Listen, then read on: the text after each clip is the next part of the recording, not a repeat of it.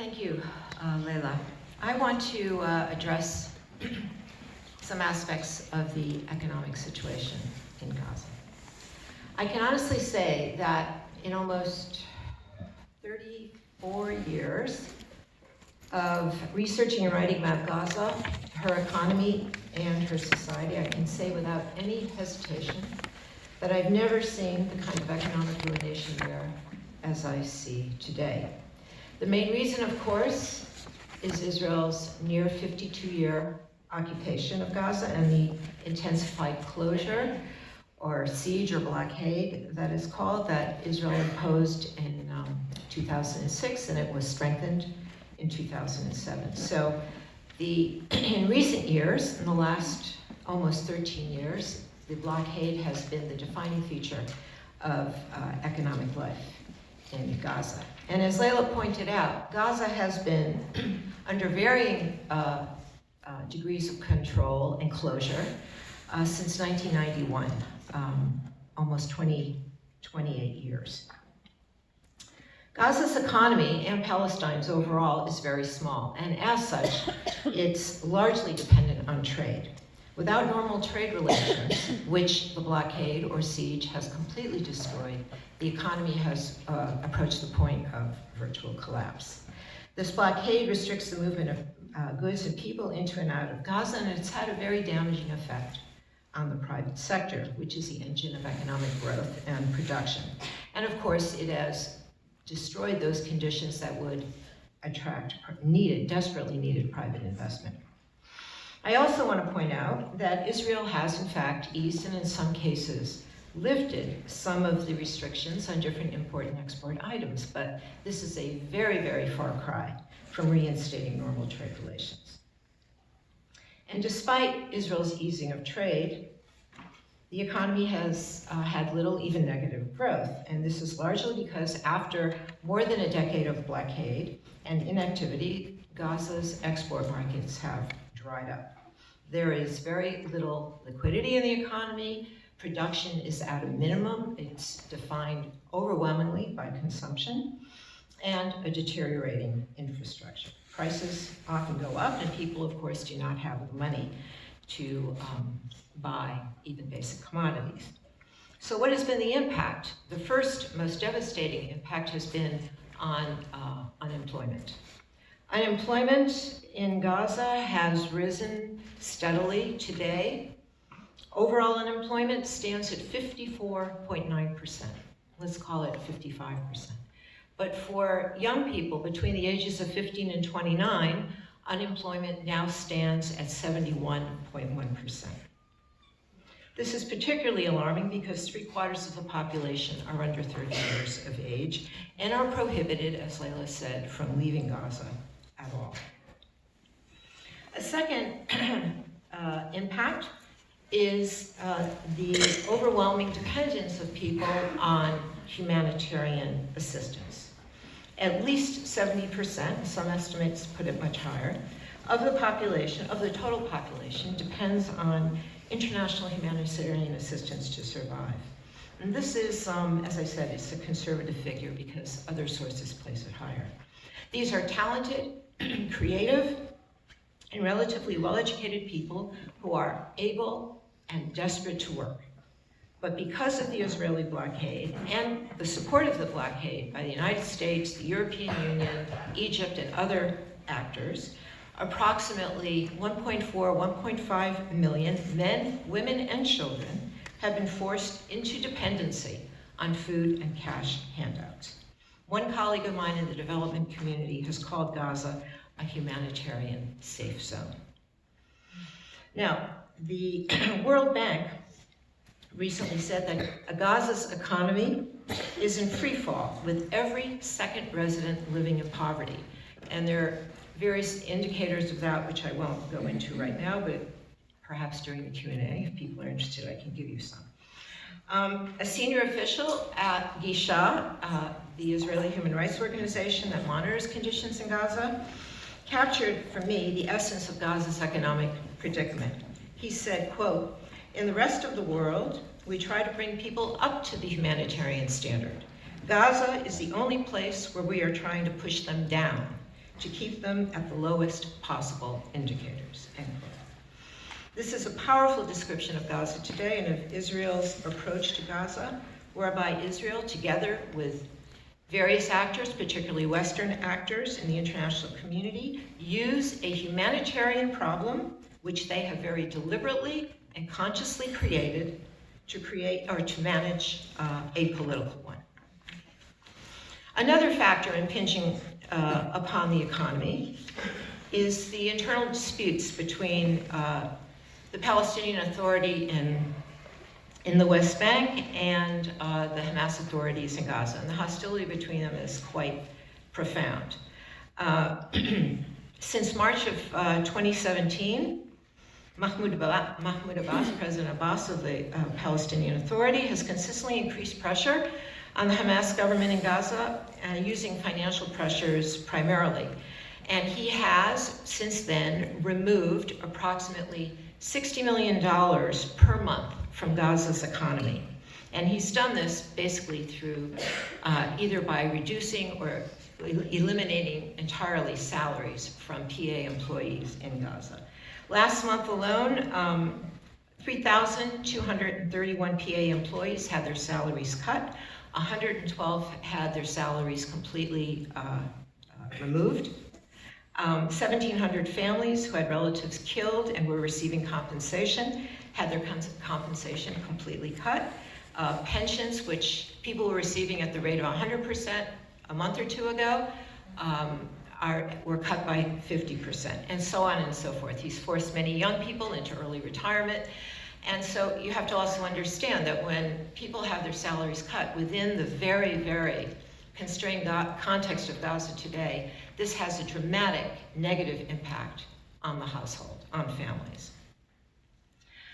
And as friends of mine have pointed out, that from month to month, people don't know, PA employees, people who receive these salaries, don't know from month to month whether they'll get their salary. If they do, how much of it will be cut? Will they get 100%? Will they get 50%? Will they get 20%? Which makes, obviously, planning nearly impossible and creates further instability, introduces further instability and insecurity into the whole situation.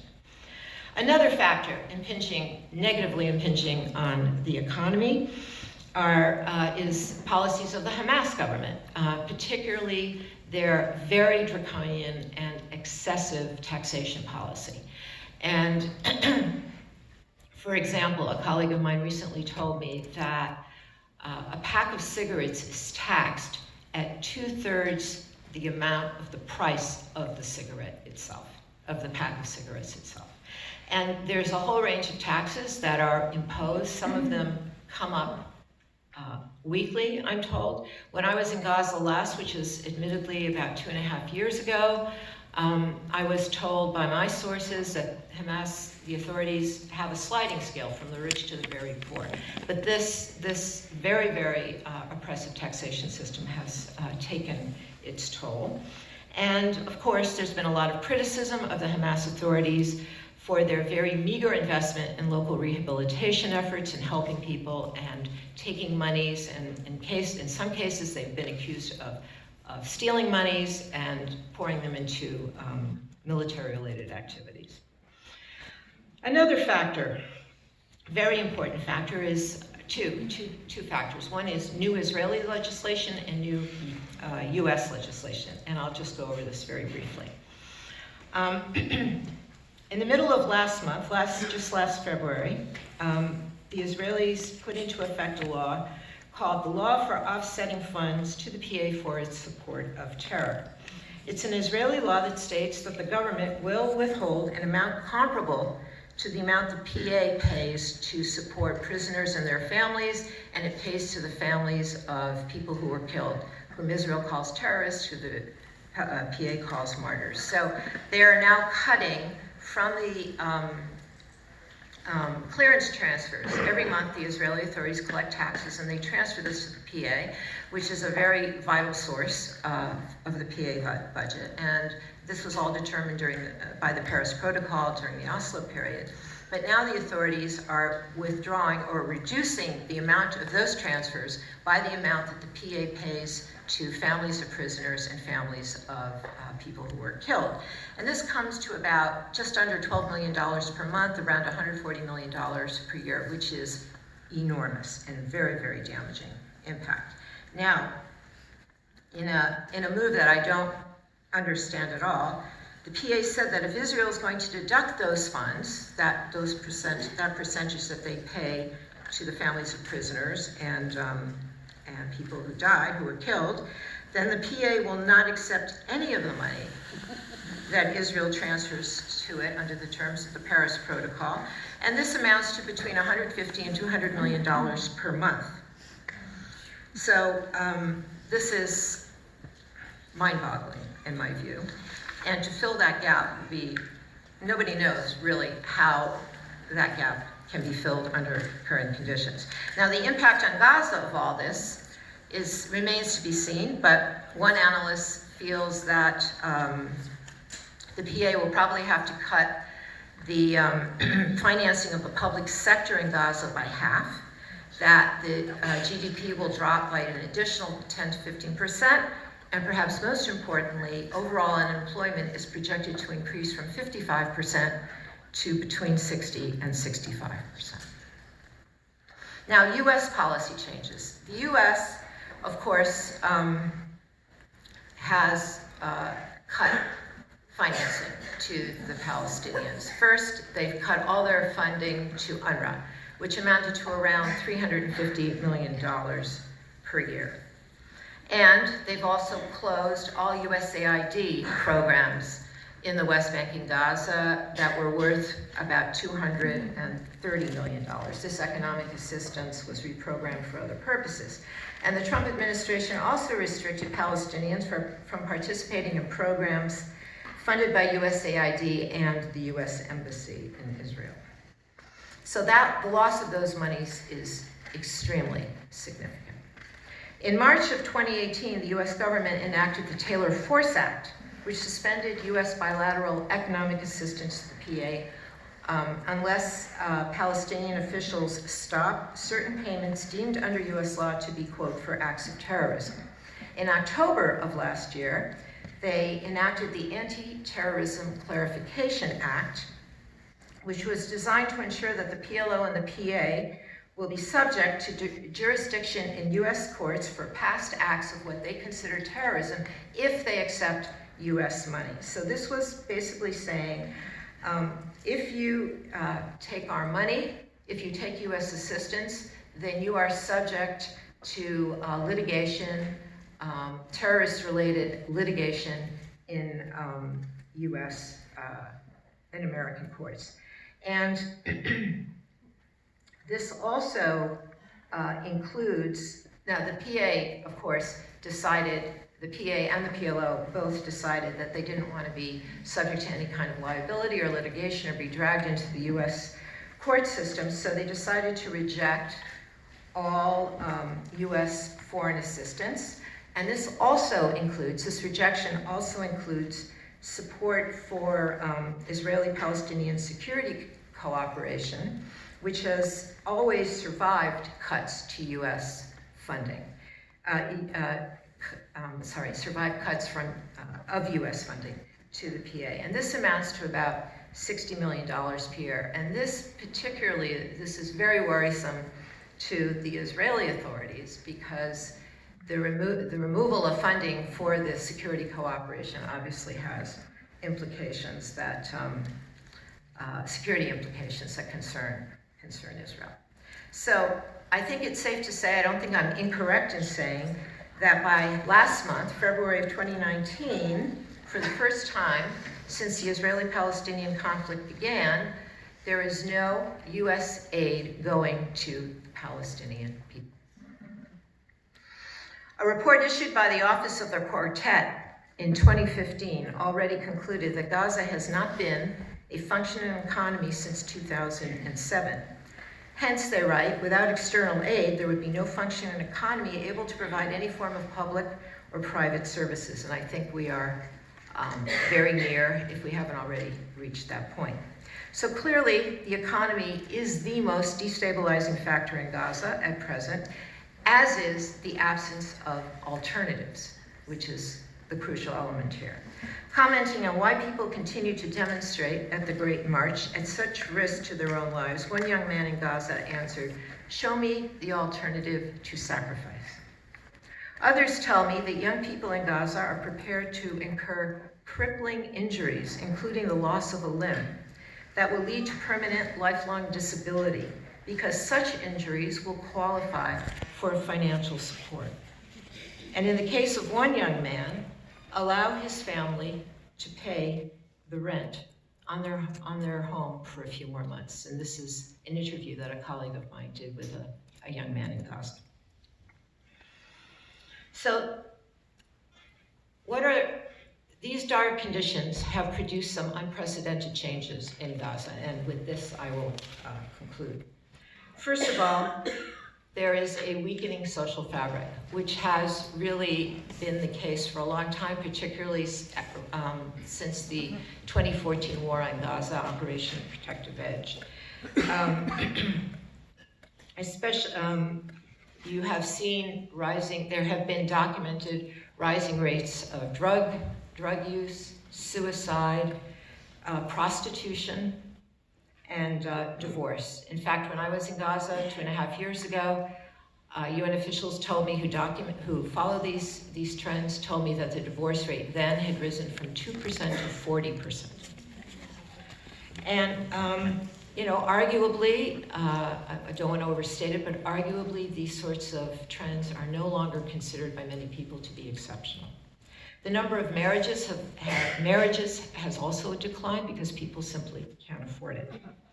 While all of these phenomena can be tied to the economic situation and fiscal and financial crisis, the most alarming factor is that even if the situation were to change and more monies were to flow into Gaza, these problems would not disappear anytime soon.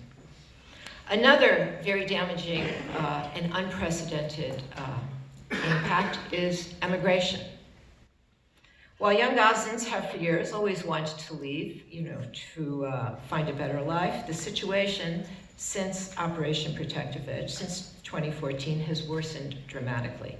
Now, accurate numbers on immigration are very, very hard to get, but the Israeli authorities published a document recently that stated that 40,000 Gazans have left Gaza permanently last year. The UN stated that, again, the figures vary. The UN stated that since May of last year, 20,000 have left. I've seen figures as high as 100,000. The point is, it's hard to get an accurate number, but people are leaving. In 2018, 2,800 Palestinians arrived in Belgium. People leave through Hong Kong, Ecuador, Cuba, and Indonesia. And leaving is extremely costly. It costs thousands upon thousands of dollars to leave, and people have to sell their assets to do so. They raise money particularly for their children, for themselves. And of course, the people who leave take with them intellectual power, they take with them capital, and this diminishes the capacities of the local economy even more. And then another phenomenon, entirely new phenomenon in Gaza, are the recent social protests that we've seen. People are protesting across all of Gaza's governance against inflation rates, the cost of living, and ever worsening conditions in Gaza. These protests are organic and apolitical. They are not organized by any faction, and they're not directed at Hamas or any faction. They are not aligned with any faction. The slogan of these protests is, "We want to live." And again, depending on the source, the number of people who are protesting ranges anywhere from 3,500 to 7,000. People are protesting several measures, including Hamas's recent tax hikes on consumer goods, their very oppressive taxation policy overall, the PA's economic sanctions, particularly as it concerns salary cuts, and intra-Palestinian political division, and of course, the siege. The Hamas authorities have responded very harshly, even brutally, They have arrested large numbers of men, women, and children, beating them, arresting them. They tend to focus on people, it seems, young men or boys under the age of 25. This is in addition to the increasing arrests of Fatah supporters, right-wing Islamists, and critics of Hamas or anybody who doesn't support or is not aligned with them.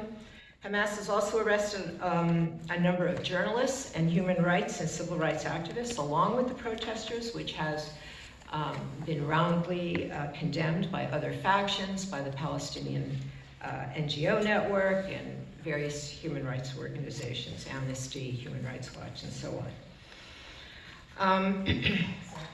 Yes, I'm done. One more thought. Now, the pressures, in conclusion, the pressures on the population must be removed. Of course, people need clean water, they need reliable energy, housing, improved health and education, medicines, pharmaceuticals, etc. And of course, most of all, they need jobs. Job creation is an imperative. This is the thing that consumes people all the time. But all of these things are tied to ending this horrific siege that has been imposed on people. Without the unencumbered movement of people and goods, Gaza will be condemned to continued ruination and at best relief. And relief, one Gazan said, is like it's like a drop in a bucket filled with holes. Now I'd like to conclude by reading you something, a thought or an idea that I had, that I gave in another context. And that is this: Israel claims that it must maintain the blockade against an enemy that threatens it. This question should not be shirked, as it long has been, but critically examined and clarified legally. This matter cannot be left ambiguous for reasons of political expedience, but must come under rigorous scrutiny by the international community, especially the European Union. The truth is that as long as humanitarian aid is used to address political problems, as long as it's intended to serve as a substitute for human rights and for an end to the occupation and all of its oppressive restrictions, Gaza's downward spiral will continue with consequences that will not only affect Gaza, but will affect the entire region. Thank you.